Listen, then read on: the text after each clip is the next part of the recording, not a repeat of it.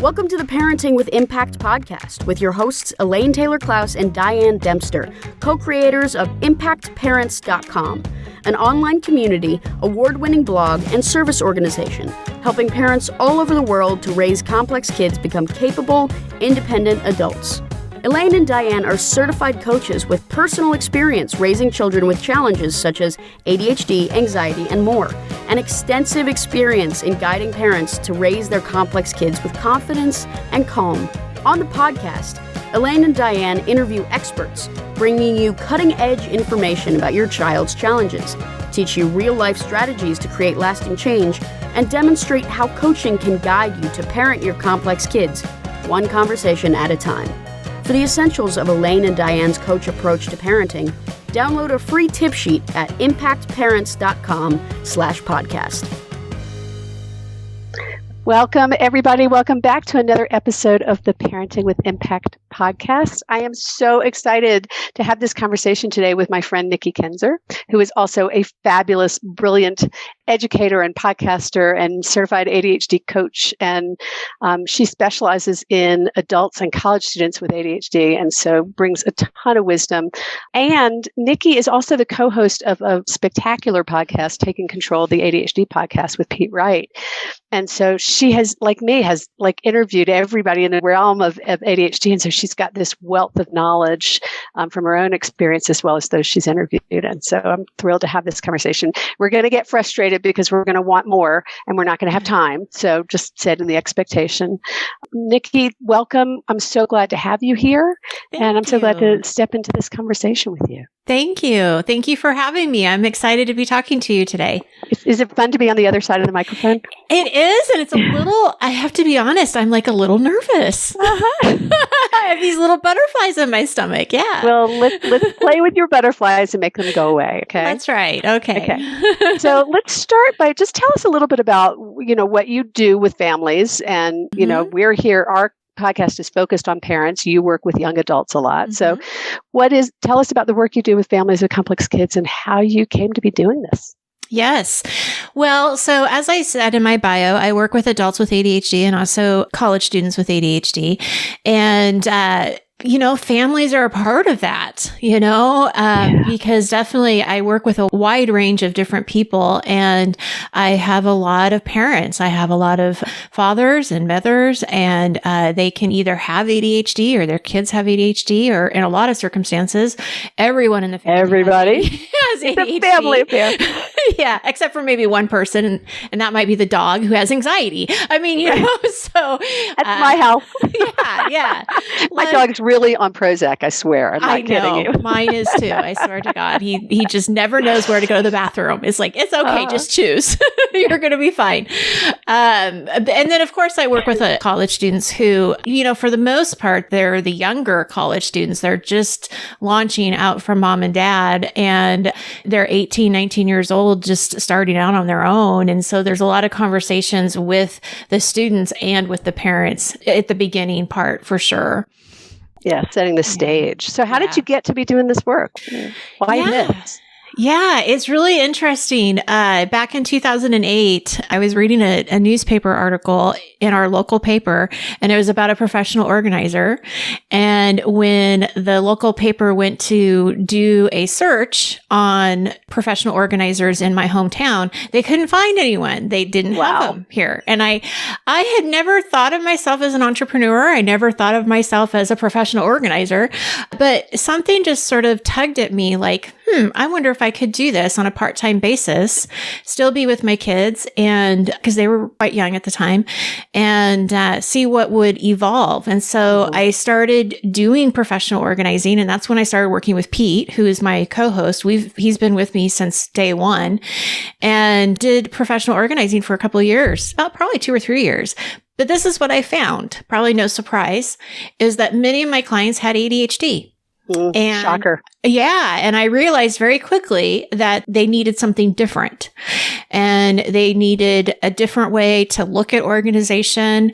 They needed to, probably stop comparing themselves to what they were seeing in magazines and shows, because especially during that time, there were a lot of organizing shows on HGTV, and Oprah had Nate on all the time. So there are a lot of high expectations. But there was a couple of clients who had ADHD that really inspired me to go into coaching. And so I just decided to kind of switch the business from organizing to ADHD coaching. And that's when I went back and got my certification and got all my education and went from there. So what was different when you shifted from organizing to coaching? Because I think I've met a lot of ADHD coaches who started off as organizers. I think that's not an uncommon path. What's the difference? What did coaching call you to do differently? It was more of the relationship piece. And I think it was also more of a partnership. So when I would go in and help people with their homes, it was fun. I mean, it was really a fun physical thing to do because, you're up and you're creating ideas, and it was a fun thing to do. But when I started doing the coaching, there was a real partnership where it felt like, okay, what are we working towards? What are your goals? What are your challenges? And how do we see ADHD in you? Where is that falling for you? And how can we build a structure that would help you with your ADHD and not fighting against it? So it was a very different type of relationship. And I just thrived in it. I loved it. I loved being able to see my clients have these successes that they weren't, really feeling before, or they weren't recognizing. They were doing them, but they weren't recognizing them. So just having somebody else say, hey, wait a minute, you did check your planner. What you're doing is working. Yeah. Or maybe you didn't do a planner, but you have a whole nother system that's working, right? I've found that a lot. Right? Yeah. Yep. So, but that's the thing is it was just it became more of a partnership. It was just, I really enjoy the work I do. I can't, I just can't imagine doing anything else. So I think that's a great segue. Let's see, because one of the things I want to talk about is what do you want parents to know to better understand about their kids, right? What are they missing? And what you just said is so important, which is sometimes what they're doing is working, but it's not what we think they should be doing. Right. Should in quotes. Right. So that's kind of what I took from what you said. But what do you think parents really could benefit from understanding a little better? Well, I'll tell you, Elaine, I asked my daughter this question. I love that. She was diagnosed with ADHD in February of 2020, right before COVID. And when Good time to have that information. Yes. Just saying. Yeah. And yes, for sure. But when I was thinking about our interview, I wanted to ask her some questions because I wanted to know that from her. What would you want parents to know? Because she really had the benefit of having a parent who knows a lot about ADHD. And so when I gave her a planner in December, the first thing I said is, let me help you figure out how to work this. If it doesn't work, it's okay. Yeah. We will find something else. So for me, it was really important to let her know that it wasn't her fault, that this wasn't maybe working for her, that it wasn't something that she was doing wrong, that it just may not be the right thing. But let's start here. Let's just start here and see how it works for you. And then we'll go from there. So there was this kind of acceptance already that I think is really important for parents to have, is that if you give them something, don't put the pressure on them to make it work, right? Yeah. Because it may not. But just playing on that a little bit, because this ties in very much to something we talk about, which is start with the assumption this system's not going to work, or it's not going to work right the first time, and that you're going to have to rinse and repeat and tweak and figure out how to make it work, or decide this isn't the right system and we need to try something else. And so often parents will say, well, I tried this and it didn't work, or I gave them this and they wouldn't use it. And what you're speaking to is that any system is only as good as the collaboration to help someone learn to use it and make sure it's the right system. Absolutely. Well, and something that she said was very insightful when I asked her the question, what would you tell somebody that was just first diagnosed? And it did get into that question of parents. And she said, I think it's important for parents to understand that kids, especially with school, we're not trying to do bad. And instead of getting mad, She said, I would hope that people would really look at it from their point of view and understand that their learning is different from other people. Mm-hmm. And so, wise soul. Oh, wise she soul. is. She is. Yeah. She's a very wise soul. And, something she said about telling somebody else that was diagnosed is she said, don't be ashamed. Embrace it. She's like, we're the best people in the world. She has like a real optimistic, way of looking at it. And she said, and don't be afraid to ask for people or for help. She said, don't be afraid to ask for help. It doesn't mean that you're stupid. Nothing is wrong with you. And that's one of the things that she found during COVID. And she will definitely find going back into the school system on a, regular basis. She needed to go to office hours. She needed to have conversations with her teachers. She needed to be taught twice because it didn't get, she didn't get it the first time and she's aware of it. But she had the ability to not beat herself up for that, to learn it twice, to go that extra mile without saying that means I'm a failure somehow. Yes. But I'll tell you something she said that was really interesting to me is that up until now, she hasn't wanted accommodations. And she will tell me, I don't think I need them right at this point. And I'll tell you, during COVID, she didn't. Our school system, they did the best they could, but they had very little school. So there was not a lot of pressure, to get things done. But one of the things that she said is that I am willing to get accommodations when I go back into school, but she doesn't want anybody to know. So there's still that stigma for her. Mm-hmm. Yeah, she doesn't want other students to know because she's afraid that they're going to look at her differently. They're going to think she's, something's wrong with her. So she's very self-aware of how she feels it looks, to other people. And I thought that was a really honest, thing to say. Cause she's a sophomore in high school. So, 15 or 16 That's about the right old. Age to not want to be different at all. Right. Exactly. So she's wise, but she's also very much her age.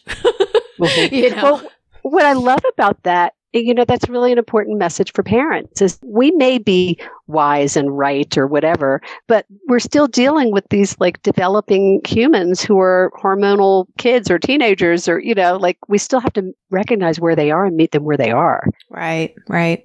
They're not adults yet. And sometimes we just want them to be faster than they are, except for in those areas where we don't.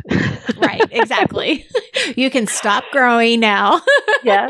Just stay here. You don't have to go out on date, but Right, I want you to behave like a 27-year-old when it comes to organizing your planner. Yeah, exactly. It is kind of unfair that we do that, isn't it? Mm-hmm.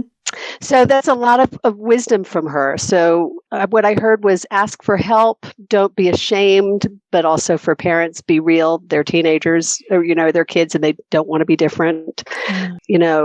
Trust that they're doing their best and help them accept that their brains are wired differently and that's okay. Mm-hmm. That's a lot of wisdom. Mm-hmm. Absolutely. Yeah. So make it real for us, Nikki. How can a parent begin to you have years of experience that before your daughter was diagnosed that led you to be able to have some of these conversations. Mm-hmm. What are some pieces that you think might be helpful for parents to begin to relay some of these messages? Because it's easy to say, don't be ashamed or ask for help, but it's easier said than done. Right.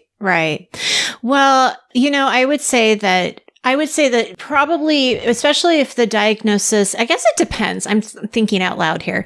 That's okay. Do you have a family that or there is already ADHD in it? Like if you're a parent who has ADHD, that can be really helpful. And I tell my parents who have ADHD that you are really going to relate to your child probably better than anybody else. And so you can be an advocate for your child more so than anybody else because you're going to understand them. You're going to get them. And again, I think from what Paige was saying, just remember to take a step back and don't get mad.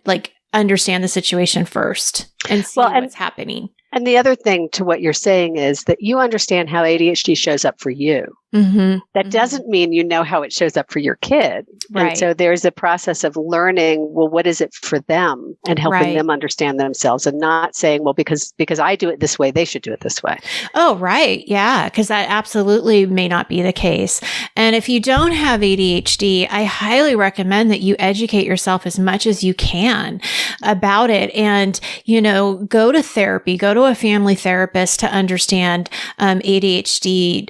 Listen to you guys. I recommend your website all the time. Here are some great resources for parents. Listen, do as much as you can to understand. It will definitely benefit you and your child and the relationship, because I know as a mom myself, and my kids are teenagers and one is ready to leave the nest, I want that relationship protected. Mm-hmm. And I don't want to always be fighting or nagging, because, right. We can do that too. Yeah, you can, but it doesn't really help much. Right. So it's important, I think, to listen and learn as much as you can. But, at the same time, we also know that our kids need structure. They need boundaries. They need to be, very clear of what the consequences are. But I think it's more of learning lessons. I try to learn more from it, than just saying, oh, well, you did this, so now you're in trouble.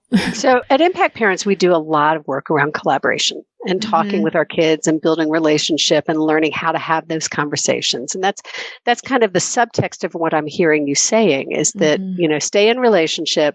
And yes, they need boundaries. And I'm guessing, so talk a little bit about when you're creating boundaries, how do you do that collaboratively with your kids? Because knowing you, I'm guessing that you do. Oh, for sure. Do you remember there was a CHAD conference a couple of years ago, and the author of, it's escaping me what his name is. Ross Green. Yes. Yeah. And throughout but he's all about collaborative conversations, which is just what we're all about. Yeah. Yes. And I remember throughout the whole thing, he said, I can't have control, but I can have influence. Mm-hmm. I don't have control, but I have influence. And he said that throughout the whole thing.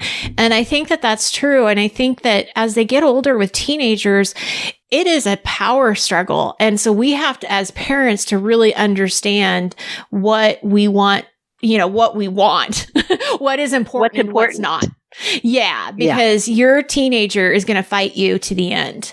So the collaboration, no matter what. No matter how good a parent you are, no matter how right you are or not, they're going to fight you because they're wired to do that. That's their job. Yes, exactly. Right. So what we do, and I can only speak for myself, is that if it gets escalated, we step back, because I know that nobody I'm not can problem do solve well, right, in that situation. And so we'll be able to step back. I'm also very fortunate that I have a really good partner. And so if I get really frustrated, my husband can come in. And then when he's really frustrated, I get to come in. And I don't know why it works, but it does. And so I'm really lucky. We call it tag team. Yes. And it works. It really does work. It's like, tag them out. Yes. Can't do this. I'm going to blow up. Not a good idea. You take over. Yeah. But I think, after the fire is out, then I think it's really about sitting down and talking about the situation. So if for example, my son a couple of years ago was breaking the curfew a lot, and we weren't happy about it, Right. So we had to talk to him about, why we set the curfew and why it's important that you do this, and how do you understand it from our point of view? What is your point of view? And so it kind of became this like conversation where if you are going to be late, just let us know. Yeah. Yeah. Like communicate, keep the line of communication open. Yeah. Text us, let us know. Most likely, we're not going to say anything. Unless it's like some really stupid reason. But for the most part, okay, you're running late. Great. Just let us know that. Because it's worse if you come home an hour late and we don't know where you are or what you're doing. Yeah. We had similar navigations with our young adults who had been away to college or out of college and are now living home because of the pandemic. And I don't want to impose on my 24-year-old. She's living her life, but she's living in my house. And if she's not coming home or coming home late, I want to know. And that's fair. And we had similarly good conversations to sort of navigate their independence with our need to manage. Absolutely. Yeah. So, Nikki, as I promised, I knew we were going to start running up against time and want more. And we still have a little time left, but I want to take a moment to let you share with people how they can find out more about you. How can people reach you? Sure. So you can find everything at my website, which is at takecontroladhd.com.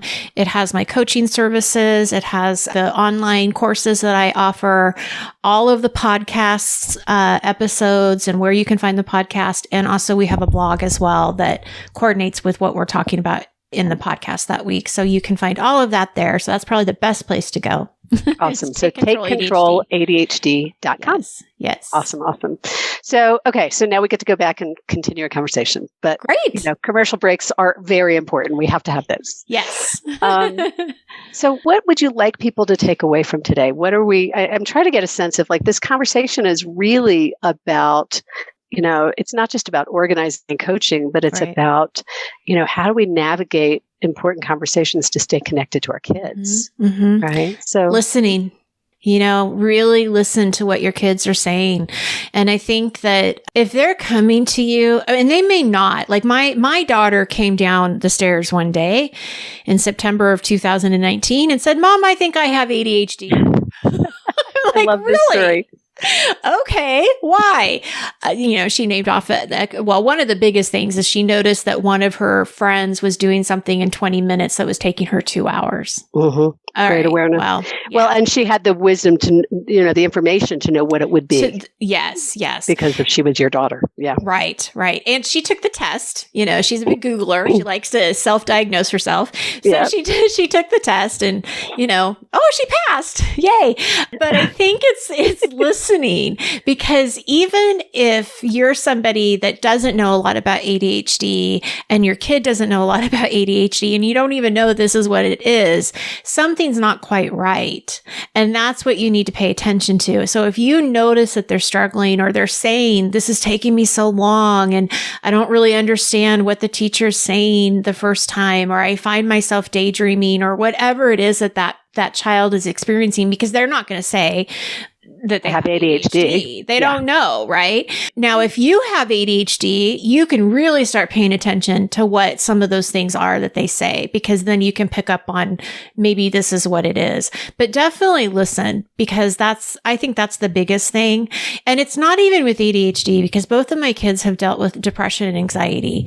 Yeah. And we also have to listen to that too, noticing when they're feeling down, noticing when they're isolating themselves, noticing when their bad mood is more than just being a teenager. I could tell that there was something deeper going on. So I think it's just really paying attention and listening to them and having conversations with them and stay involved with them, know who their friends are, all of that. So you were talking about that conversation Ross Green had at the conference we went to many years ago. One of the other things he said in that conference, in that presentation was, and he talks about a lot, is that behaviors are a symptom.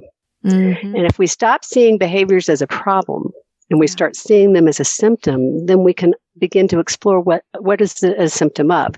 It may be a symptom of something diagnosable like ADHD or anxiety or depression. It could be a symptom of I'm unhappy or my friend, I'm having a breakup with my friend.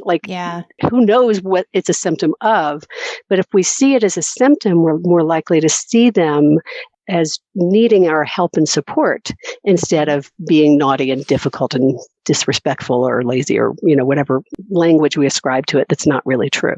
Yes, that's absolutely right. So listen for those symptoms is kind of what I'm hearing from you. Listen to them as symptoms.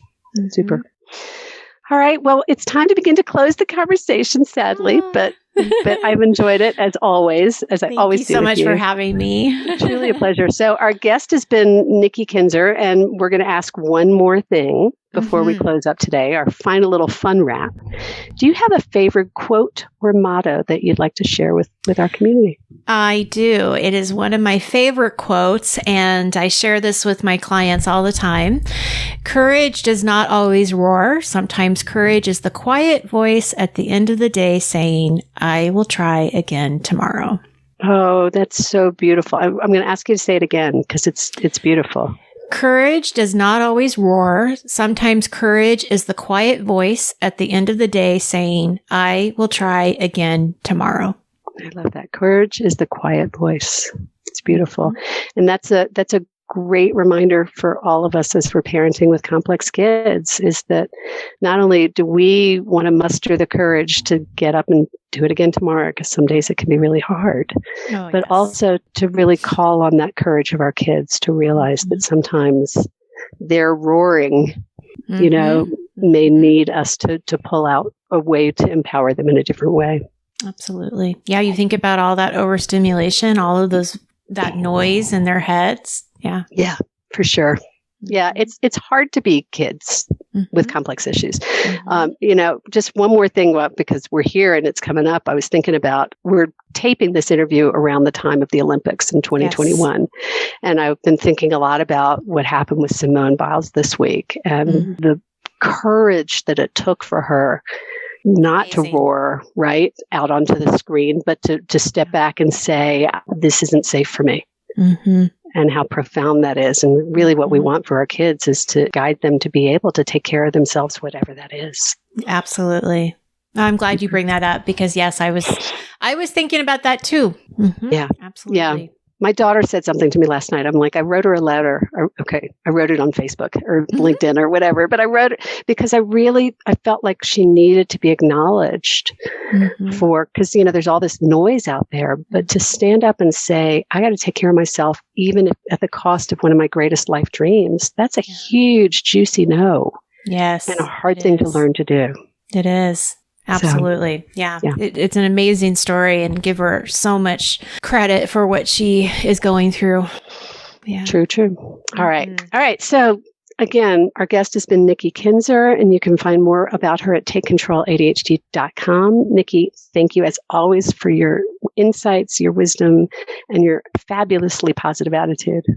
Thank you. And to the rest of you, thanks for all you're doing for your kids and for yourself. Remember, you're making a difference. Take care, everybody. You've been listening to the Parenting with Impact podcast with Elaine and Diane. For more information on the Impact Parents community or to join Sanity School for Parents, please visit impactparents.com. If you like what you've heard, please share this podcast with friends who need similar guidance and subscribe wherever you listen to podcasts.